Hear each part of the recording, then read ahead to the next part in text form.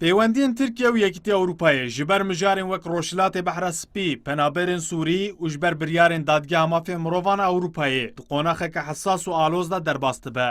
Li gorî akademîsyen Nail Alkan, di heyama nû de ji ber ku li dewsa Almanyayê wê portekê Serokatiya Yekîtiya Ewropayê bike, ne diyareka wê pêwendî ber bi kuva biçin.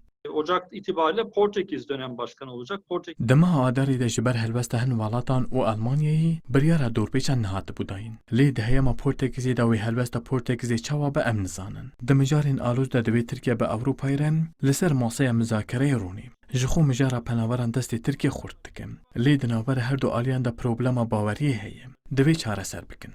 Li aliyê din, li gorî Sekreterê Giştî yê saziya Sesamê Muhammed Işık, Enkere peyama reforman dide Ewropayê û ji Ewropayê jî li benda hem pêngavan e. En büyük güç olarak mülteciler görünüyor. Aslında Ev demekiye peywendiyên Tirkiye û Ewropayê derbejêr û derbejor e.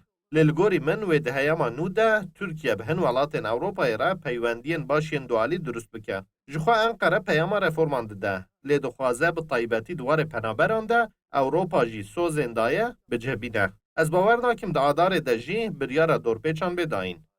Di Lûtkeyê Yekîtiya Ewropayê ya 10 û 11 kanûnê da li dijî Tirkiye biryara gemaroyan nehatibû dayîn. Lêbelê hatibû ragihandin ger Tirkiye di nava sê mehan de xebatên xwe yên li Rojhilatê Behra Spî nede rawestandin. Ew ê di Lûtkeya adara 2021 da rastî dorpêç û gemaroyan bê. Ömer Sönmez, Kurdistan 24, Enkere.